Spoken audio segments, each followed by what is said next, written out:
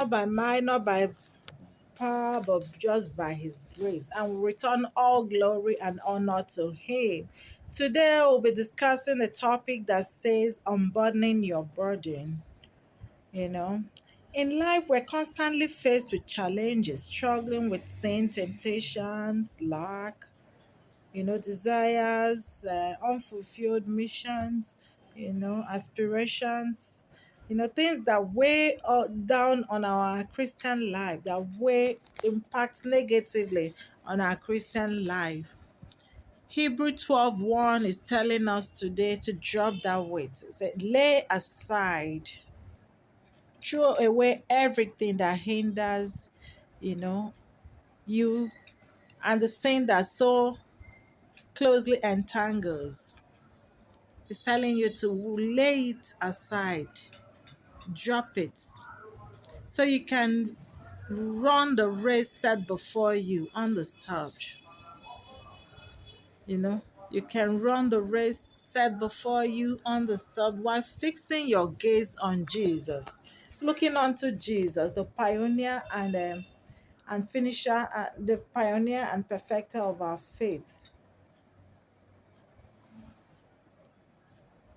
Hebrew 11:6 says that without faith it is impossible to please God. I've been talking about faith, faith, faith, because I know that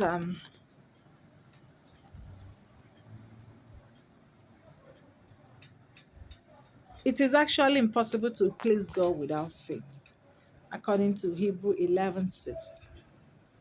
That you must first of all believe that God exists and that there's a reward for those who earnestly seek Him. We have so many witnesses in the Bible we can draw our strength and our encouragement from. And then even people living amongst us in our day-to-day journey of life, the challenges we face daily. There are people who surmounted in the past. Characters in the Bible. Sarah believed. He considered him who promised faithful. He considered him faithful who promised.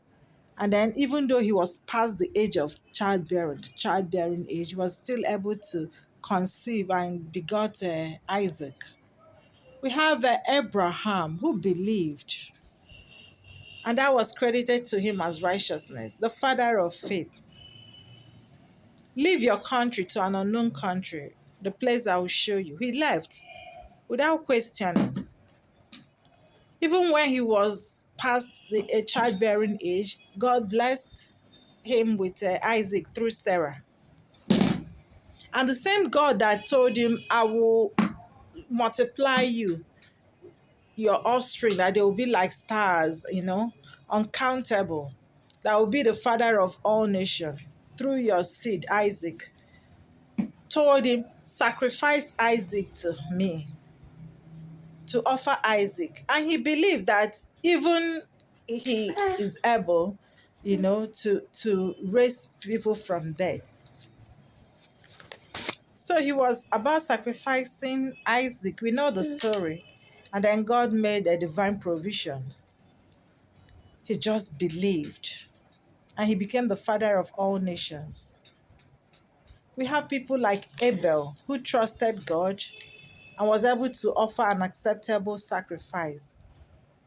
You have Jacob, Joseph, and the list goes on and on. Rahab, the prostitute, people like Esther in the Bible. All these people believed and trusted God. And then, even though they didn't, what is faith actually? Faith is the confidence we have in things we hope for, and the assurance we have that even things we have not seen, will come to pass, will come to manifestation, that the promises will be fulfilled. Some of these characters in the Bible, the promises were not fulfilled in their lifetime. Some had the promises fulfilled in their lifetime. Moses trusted God and then overcame.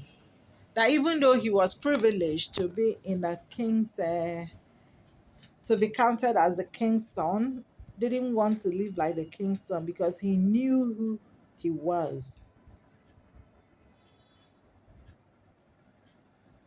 Lay it aside, whatever burden you're faced with, whatever burden that hinders you from, you know, running that race. Lay it aside while holding God tenaciously.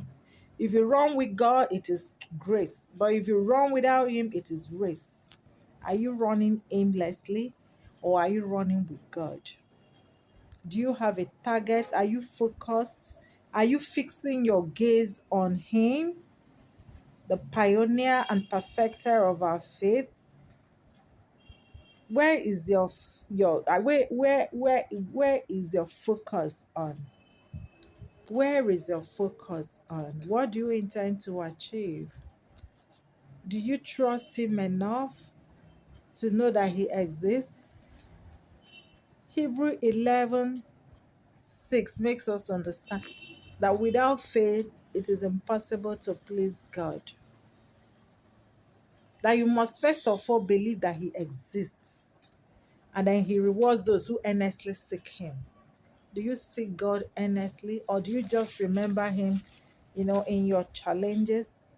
But even though in your challenges, do you seek Him? Do you know He exists, that is able to do exceedingly abundantly, that He's able to accomplish whatever He promised, that He is faithful, just like Sarah considered Him faithful who made the promise? Do you consider God faithful? Or do you constantly ask God, why me? Why me? If not you, who? If not you, who? Who would it have been?